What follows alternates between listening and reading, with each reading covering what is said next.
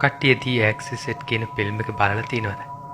ඒකින්න භූතාවේශ වුණු පොඩි ළමයාගේ කතාව ඇත්තටම සිද්ධ වුණු දෙයක් පාදක කරගෙන හැදුවේ කියලා කිව්වොත් ඔයාලා විශ්වාස කරනවද? ඉතින් මේ සිදුවීම සිද්ධ වෙන්නේ ඇමරිකාවේ 1940 ගණන් වල මෙරිලන්ඩ් වල. අපි යාට රොබී කියලා කියමු. රොබී කියන්නේ අවුරුදු 14ක සාමාන්‍ය කොල්ලෙක්. එයාගේ නැන්ද කෙනෙක් හිටියා. එයා මේ ඕජා පෝට් වගේ දේවල් පාවිච්චි කරලා ආත්මත් එක්ක කතා කරන කෙනෙක්.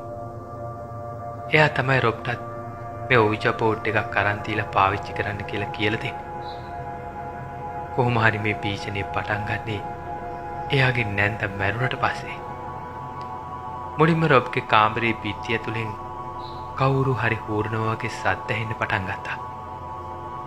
ටික දවසකින් ගෙදර තියෙන බඩු එහෙ මෙහෙ වෙන්න ගත්තා. රොබින් නිදාගෙන ඉන්න ඇඳ කිසිම හේතුවක් නැතුව කැසිලා හෙලවෙන්න ගත්තා. ඊළඟට රොබ්ගේ ඇඟේ එක පාරටම තැන් වලින් ලේ එනකන් සීරීම් පාරවල් මතුවෙන්න ගත්තා. සමහර වෙලාවට එල් එහෙම නැත්නම් නිරය කියන වචනය ඒ සීරීම් වලින් ලියවිලා තිබුණා. රොබ් එක පාරටම කවදාවත් අහලා නැති පැරණි භාෂාවලින් ගොරෝසු කටහඬකින් කතා කරන්න පටන් ගත්තා. එයාගේ හැසිරීම සම්පූර්ණයෙන්ම වෙනස් වුණා. කුරුසේ පූජනීය වතුර ලං කරද්දී එයා වියරු වැටුණු සාමාන්‍ය ළමයෙක්ට තියන්න බැරි අසාමාන්‍ය ශක්තියක් එයාට ලැබිලා තිබුණා.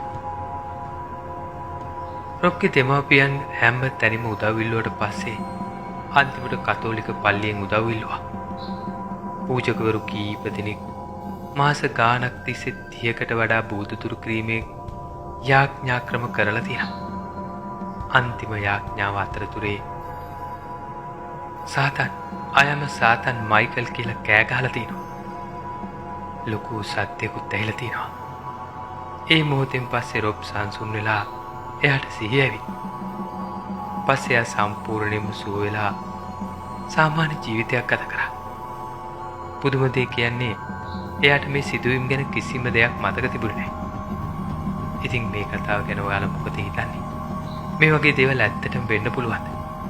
ඔයාලගේ අදහස් පහළ කමෙන්ට් බොක්ස් එකේ කමෙන්ට් කරගෙන යන්න අමතක කරන්න එපා.